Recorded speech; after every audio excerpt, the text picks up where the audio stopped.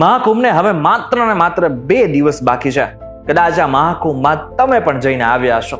તમે જઈને નહીં આવ્યા હોય તો કદાચ તમારા માતા પિતા અથવા તો તમારા કુટુંબમાંથી કોઈ તો એવું હશે જ કે જેઓ મહાકુંભમાં જઈને પણ આવ્યા હશે અને જે સંગમ ઘાટ છે ને ત્યાં સ્નાન કરીને પણ આવ્યા હશે.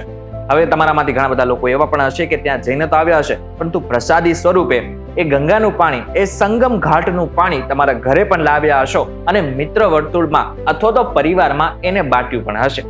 પરંતુ આ બધાની વચ્ચે હમણાં એક રિપોર્ટ બહાર પડ્યો કે જેમાં એવું કહેવામાં આવ્યું હતું કે જે સંગમનું પાણી છે ને એ પીવા લાયક તો નથી, પરંતુ એની સાથે સાથે નાહવાને લાયક પણ નથી.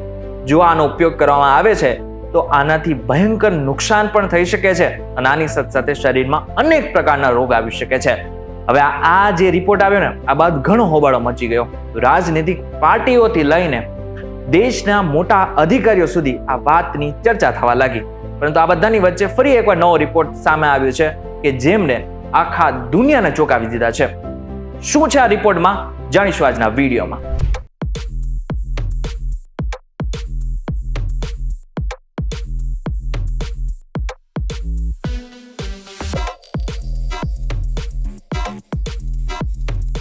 વેલકમ બેક ફોસ્ટીવી ગુજરાતી.com પર તમારું સ્વાગત છે. તમે જોઈ રહ્યા છો ડેલી ડોઝ અને હું છું આપનો દોસ્ત કરણ ચડોતરા. અત્યારે જ્યારે હું આ વિડીયો બનાવી રહ્યો છું ને ત્યાં સુધીમાં લગભગ 67 કરોડ કરતા પણ વધારે લોકોએ મહાકુંભમાં જઈને સંગમ ઘાટ ઉપર અથવા તો આસપાસના જેટલા પણ ઘાટ છે ને ત્યાં સ્નાન કરી નાખ્યું છે. પરંતુ આ બધાની વચ્ચે થોડા દિવસ પહેલા જ સેન્ટ્રલ પોલ્યુશન કંટ્રોલ બોર્ડ તરફથી એક રિપોર્ટ બહાર પાડવામાં આવ્યો.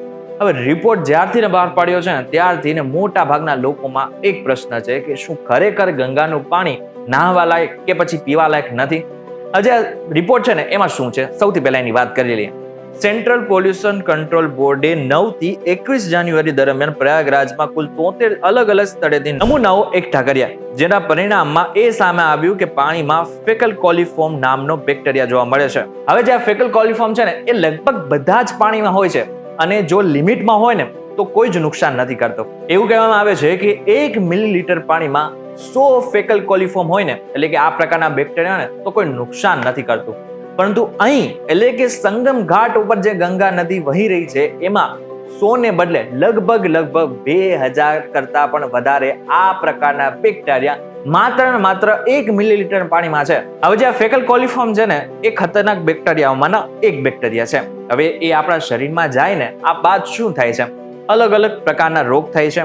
અલગ અલગ શરીરના અંગો ઉપર એની અલગ અલગ અસર જોવા મળે છે. જેમ કે આ પાણી જો આપણા પેટની અંદર જાય તો સૌથી પહેલા તો આપણે ડાયરિયા થઈ શકે છે, પેટમાં દુખાવો થઈ શકે છે. હવે મેં જેમ કહ્યું કે આ જે બેક્ટેરિયા છે એની લિમિટ માત્રામાં હોય ને તો નુકસાન નથી કરતા, પરંતુ જો વધારે જ પ્રમાણમાં માત્રા હોય તો ચોક્કસથી નુકસાન થઈ શકે છે. હવે આ બધું જ આવ્યા બાદ, આ રિપોર્ટ આવ્યા બાદ ભારે હંગામો થઈ ગયો. આપણે બધાને ખબર છે કે આ રિપોર્ટ આવ્યા બાદ ઘણી બધી પોલિટિકલ પાર્ટીઓ પણ ચિંતામાં હતી, કારણ કે મોટાભાગના મુખ્યમંત્રી ત્યાં સ્નાન કરીને આવ્યા હતા. પ્રધાનમંત્રી નરેન્દ્ર મોદી પોતે ખુદ ત્યાં સ્નાન કરીને આવ્યા હતા. અને કદાચ તમે પણ ગંગામાં સ્નાન કરીને આવ્યા હશો, કુંભમાં સ્નાન કરીને આવ્યા હશો અને પછી જો આ રિપોર્ટ જોયો હશે તો ચોક્કસથી તમને રાત્રે ઊંઘ પણ નહીં આવી હોય. પરંતુ હવે રાત્રે ઊંઘ આવી હોય કે ના આવી હોય, નવો એક રિપોર્ટ બહાર પડી ગયો છે. જે રિપોર્ટ જો તમે કદાચ સાંભળશો તો કદાચ તમને રાહત પણ થઈ શકે છે.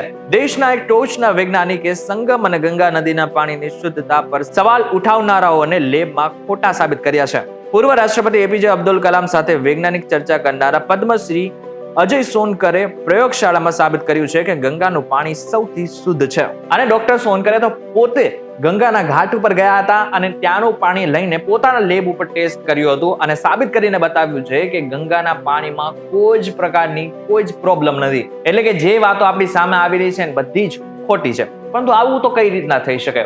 પરંતુ જો વાત માનવામાં આવે ને તો ડોક્ટર સોનકરની આ વાત બિલકુલ સાચી છે. પરંતુ કઈ રીતના એને સમજીએ. હવે જે આપણી ગંગા છે ને એમાં જે રીતનાનો રિપોર્ટ સામે આવ્યો છે એ પ્રમાણે બેક્ટેરિયાની સંખ્યા છે જ, પરંતુ એની સાથે એ પાણીમાં બેક્ટેરિયોફેજ પણ છે. હવે બેક્ટેરિયોફેજને તમે એવી રીતના સમજી શકો છો કે આપણે જેમ બેક્ટેરિયા નુકસાન પહોંચાડે છે ને એમ બેક્ટેરિયાને બેક્ટેરિયોફેજ નુકસાન પહોંચાડે છે. આનો મતલબ શું થયો? આનો મતલબ એમ થયો જે કે જે પાણીમાં બેક્ટેરિયા છે, એટલે કે ગંગાના પાણીમાં જે પણ કઈ બેક્ટેરિયા છે એ બેક્ટેરિયાને મારવાનું કામ આ બેક્ટેરિયોફેજ કરે છે. ડોક્ટર અજય સોનકરે મહાકુંભ નગરના સંગમ, નોઝ અને અરેલ સહિત 5 અલગ અલગ મુખ્ય સ્નાન ઘાટમાંથી પાણીના નમૂના એકત્રિત કર્યા હતા અને એના લેબમાં લાવીને એને સાબિત કર્યું હતું કે આ પાણીમાં 1100 થી પણ વધારે બેક્ટેરિયોફેજ છે, એટલે કે 1100 અલગ અલગ બેક્ટેરિયોફેજ છે કે જે પાણીને નુકસાન પહોંચાડવા જ નથી દેતા અને જો એ પાણી પીવામાં પણ આવે છે તો કોઈ પણ પ્રકારનું નુકસાન નથી થતું. એમને સાથે સાથે એમ પણ સાબિત કરી બતાવ્યું છે કે જે આ ગંગા નદીનું પાણી છે ને એ પીએચ બેલેન્સ પાણી છે, એટલે કે જો એનાથી નાહવામાં પણ આવે ને તો પણ કોઈ પણ જાતનું નુકસાન નથી પહોંચતું. ઇન શોર્ટ જો જોવા જાય તો આની પહેલા જે રિપોર્ટ આવ્યો હતો એ બરાબર તો રિપોર્ટ હતો, પરંતુ પૂરેપૂરો રિપોર્ટ નહોતો.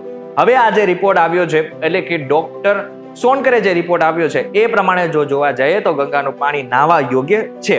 પરંતુ આ બાબતને લઈને તમારા શું વિચાર છે એમને જરાક કોમેન્ટ કરીને ચોક્કસથી કહેજો. વિડીયો થકી જો તમને કોઈ ઇન્ફોર્મેશન મળી હોય તો વિડીયો લાઈક અને શેર જરૂરથી કરજો. તથા આ જ ઇન્ફોર્મેટિવ વિડીયોઝ માટે VTVGujarati.com સાથે જોડાયેલા રહેજો.